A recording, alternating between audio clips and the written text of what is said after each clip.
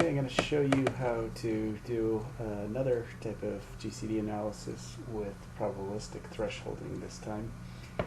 I'm again in Sulphur Creek, and I have a project loaded here with two surveys, 2005 and 2006, and it's important that I do have some error rasters, at least one created in both of these surveys. So what I'm going to do is bring up the change detection panel. I'm going to select 2006 as my new survey, 2005 as my old. I'm going to choose, I only have one choice here for an error surface for 2006. I'm going to use one of my fuzzy inference systems. Oh, didn't like that. I'll try this one. For the old survey. And then I'm going to switch over here to probabilistic thresholding. So when I do that, notice it's come up with this name. It's got probabilistic for the prefix, and then at the end you've got a suffix, which is the confidence interval or the probability that we're thresholding.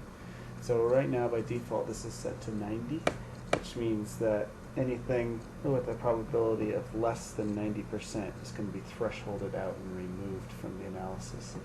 So I could make that more conservative by going up to 95, or I could make it less conservative by going down. So I'm going to go with the 95 here, and I'm going to hit calculate.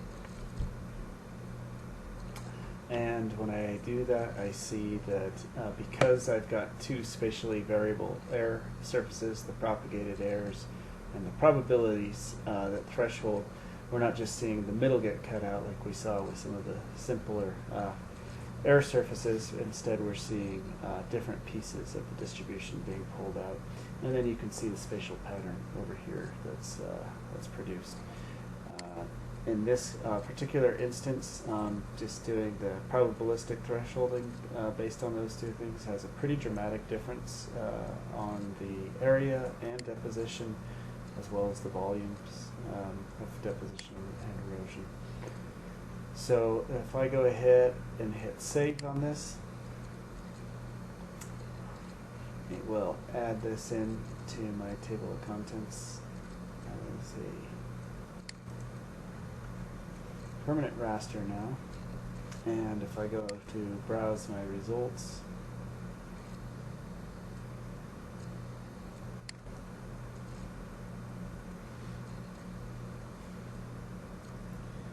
that's interesting. Oh, dig down here. What we just did was this probability, and if we look at our summary XML table here, you can see that it has the same numbers for the raw and the thresholded as we see here, and then it also has some estimates of plus or minus volumetric estimates as well. So that's all there is to doing probabilistic thresholding in GCD.